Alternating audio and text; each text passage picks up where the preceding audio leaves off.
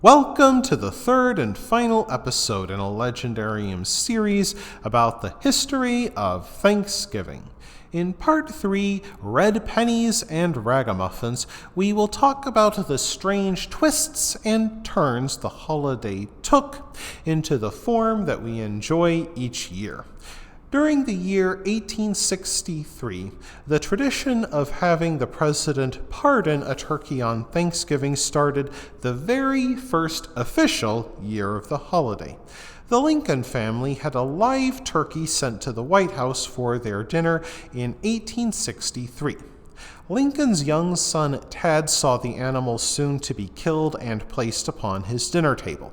The terrified Tad begged his father not to kill the turkey, telling him that it had as good a right to live as anybody else.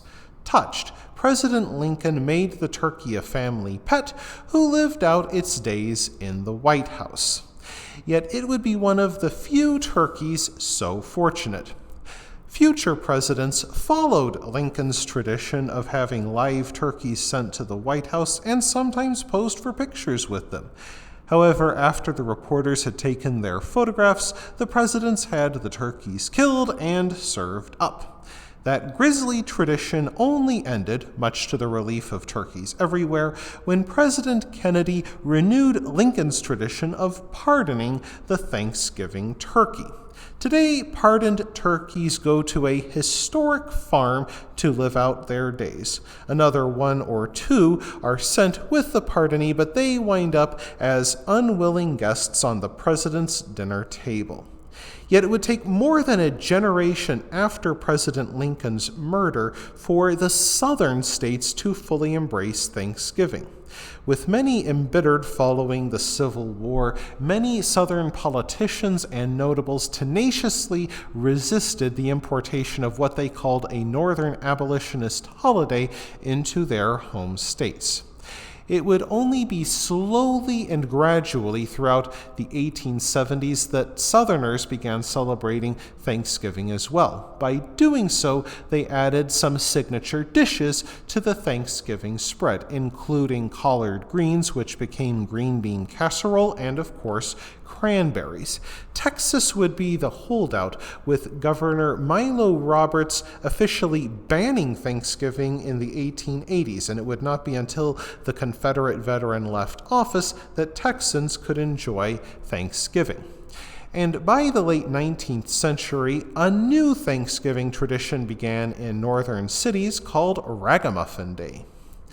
The Ragamuffin tradition started in Boston when a group of impoverished children enduring terrible hunger went to their neighbors' doors asking, "Something for Thanksgiving?" Better off children in the neighborhood saw the plight of the less fortunate and found it hilarious. As a cruel joke, they started imitating them. Every Thanksgiving, the better-off children in northern city neighborhoods put on tattered clothes and went door to door pretending to be beggars. In return, people handed out pennies, apples, or even pieces of candy. In New York, Ragamuffin Day proved even crueler. It evolved to include red pennies, a unique New York tradition of heating a penny in a stove until it became too hot to touch. When neighborhood children walked the streets in their costumes, some New Yorkers threw these scalding hot coins out into the streets and howled with laughter as they watched small children burn themselves. One New Yorker told a reporter years after the fad ended, "I remember the fun we had. When we kids picked them up, we got our fingers burned. I remember how my fingers got blistered. They don't have fun like that anymore." Despite burned fingers, going door to door remained a Thanksgiving tradition for decades. This practice only ended during the Great Depression, when people had far fewer pennies to share, and many more people became beggars for real, which made dressing up as them much less funny. Thanksgiving would go through one more change in 1939, when President Franklin Delano Roosevelt changed the date. He did so purely to entice people into spending more money on Christmas presents. President Roosevelt realized that people did not start shopping for Christmas presents until Thanksgiving ended. So he reasoned that if Thanksgiving took place a week earlier, people would start shopping earlier and thus spend more money, boosting the economy. In this way, President Roosevelt moved Thanksgiving from the last Thursday in November to the second last Thursday. And despite the promised boost to the economy, moving the holiday infuriated people. Some started calling his date Franksgiving, and some states refused to recognize it at all. Alf Landon, who ran against FDR without success in 1936, even declared that changing the date of Thanksgiving made Roosevelt, in his words, a Hitler. Nonetheless, people did spend more, which improved the economy. Nonetheless, Roosevelt calmed down his detractors by switching the date once more. Now Thanksgiving would take place on the fourth Thursday in November, but never on the month's last 2 days, which apparently appeased his critics.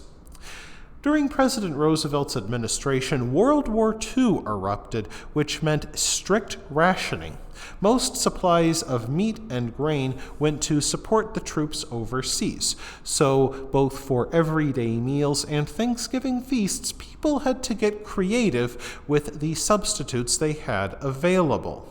For example, with eggs unavailable, people made sponge cake using apricot jam to give it a yellow color.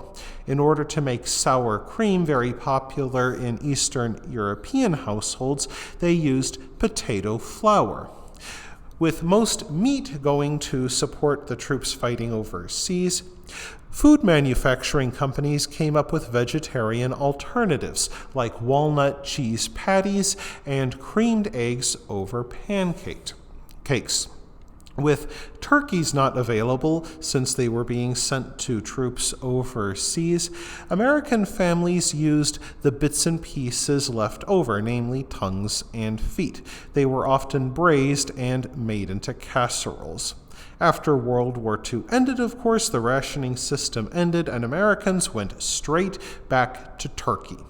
In many American households, the celebration has lost its original Christian importance, but centers on sharing a bountiful meal with family and friends. Turkey, a Thanksgiving staple so ubiquitous it has become synonymous with the holiday itself, is eaten by 90% of households. That means 42 million turkeys are eaten in one day. A Thanksgiving meal can include 3,000 calories, and there are even 4 towns in the United States named Turkey, the largest, ironically, being a Texas town of 1,000 people. The holiday received a final innovation in 1953 when a Swanson employee accidentally overstocked on Thanksgiving turkeys, requesting 260 tons. And to deal with the excess, salesman Jerry Thomas took inspiration from prepared foods served on airplanes. He filled 5,000 aluminum trays with turkey, along with cornbread dressing, gravy, peas, and sweet potatoes. The 98-cent meals sold 10 million units that Thanksgiving holiday season and launched the ready-made meal industry. Parades have also become an important part of the holiday across the United States. The most famous is the one presented by Macy's department store since 1924, the New York City Thanksgiving Day Parade. It attracts 2 to 3 million spectators along its 2.5-mile route and an enormous television audience. The parade typically features marching bands, performers, elaborate floats depicting celebrities, and giant balloons shaped like cartoon characters. Indeed, in the very first 1924 parade, it included animals from the Central Park Zoo. Of course, I believe the men cleaning up after those animals on the streets did not have a much happier Thanksgiving than the turkeys unwillingly brought to American dinner tables. That wraps things up for this episode of The Legendarium. I hope you enjoyed this series. If you did, press like. If you want to see more, press subscribe. And if you've got anything to say, let me know in the comments section. Thanks again for joining me, and I hope that you have a great rest of the day.